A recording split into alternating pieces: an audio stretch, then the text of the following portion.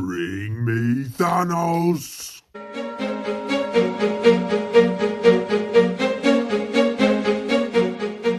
Hey, what's up everybody? Bionic here with another Bionic bootleg review. Today, we are taking a look at the God of Thunder, Thor. Starting with Thor's recolored pieces, we have, again, dark blue thigh armor, which is very nice. The exact same as Captain America's and Thanos's. And then this, which I think is the best recolor that he comes with, and one of the best recolors from the knockoffs I've gotten recently in general, a gunmetal Star Wars shin piece, which is really nice, and I am very happy to have, and I've really wanted one. I'm pretty sure the Super Battle Droid figure was supposed to have one, but that obviously got canceled, so I'm super glad that we finally have one in the form of this from Thor, the knockoff figure. So, I mean, you guys can get one. Thor also comes with this, which is not something new to me. I've seen this before in a previous Bionic bootleg review. However, it has been recolored and repainted.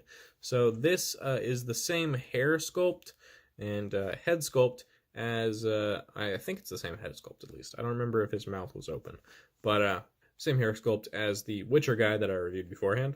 And then he's got this weird, like, beard printing and teeth printing. It makes me think of the Sonic the Hedgehog movie design. He's got little eyeballs printed. There we go. And little eyebrows. And he looks just very, very silly and not much like Thor at all. But, so that's something. Now, I think the best piece out of any of the knockoffs I've gotten is this. Maybe Black Panther's mask is up there too, but this is definitely the best. It's actually two pieces. It is the Mjolnir head, and let's see if I can get this to open up on camera. There we go. It is two pieces that peg together, and it has an axle hole going all the way through, and it pegs together, and it creates Mjolnir's hammer portion, and it's got all this really cool sculpting along the lines. It's kind of faded on the sides, but I mean, I get that. On the top, and then it's got the runes around the circle, and it's all very, very nice looking. I love it a lot. And then on this side, and that goes on the bottom, and on the sides. It's super cool. I love these pieces. I'm so glad we got this. This is just honestly my favorite thing that I've gotten from a knockoff ever, which is pretty awesome. I love this. I'm so glad I have a Mjolnir, which is super cool. Yeah, so I love that. While Thor doesn't have the most recolors, he does certainly have one of the best unique pieces. Thor also comes with this cape, just like Superman. It's metallic on one side and then not metallic on the other. And I'm pretty sure this is based off of Kylo Ren's cape because of the two holes. But I'm not 100% certain, but I'm pretty positive it's based off of Kylo's cape. So it's cool. It's not very good. Obviously, it's got the big old folds in it from when they packed it. So not very good, but it's not bad. So Thor is a pretty weak figure overall, and you will start to see that as we go through. But let's just jump into it. Starting with his legs, it is the same as Captain America's. The feet, shins, and longest size of bone with an open ball joint. Let me get that to focus. And his thighs have the two pinhole bones, the dark blue shin, or thigh armor, I mean, and two friction extenders in either hip. His torso is much like some of the other figures, like Black Panther and Deadpool and all that, where he has the Star Wars torso with a gear function built in, and he's got these little flaps, technical panels back here to cover things up. And then the gear function itself is really loose, actually. It makes posing him really annoying. So that's not very fun. Yeah, his arm's falling backwards now. So not very fun. But the gear function itself is better than, say, Groot's. It's not right up against the torso. It has a little bit of space. So let me yeah, his gear function is not bad, but very loose, so not great either, not very good. Giving a quick look at the torso printing, because it wasn't technically a recolored piece, it's just got this printing all over, which looks like Thor's armor, so it's not too bad. Obviously, it does not continue all the way through, which is a shame. Looks pretty good otherwise, so not bad. His arms are, fun fact, the exact same design as Kasai's arms, which is neat.